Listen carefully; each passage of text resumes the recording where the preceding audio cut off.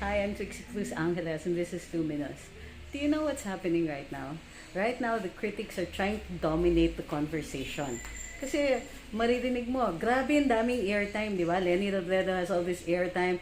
The news is reporting Laila de Lima and so on, di ba? The opposition gets a lot of airtime. And why? Because they have something to say. Whether that something to say is actually constructive or not is beside the point. What the media is looking for is somebody with a good soundbite. But what are they doing? All they're doing is criticizing and hoping that they can make some kind of jackpot statement that is going to propel them back into office. Of course, we know Lenny Robredo has dreams of becoming president. Whether or not other people feel that way, again, is beside the point for her. Laila de Lima, well, she wants to stay as a senator because somehow she still has an edge. Besides, she still gets paid even if she's in jail, and she has her staff.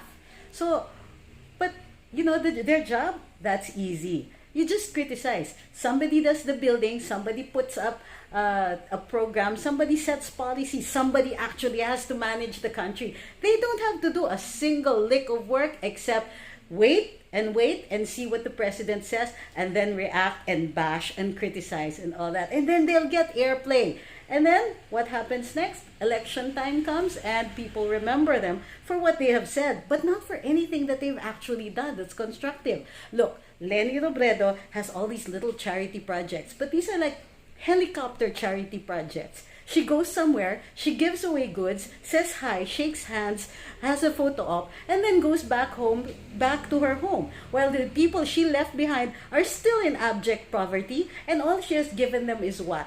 A little trinket, a pat on the head, and goodbye, Lenny is off to her next site. The president's job, much harder than that. Because even if he goes someplace, when he leaves it, the problems stay with him. He still has to figure out if these people are economically progressing.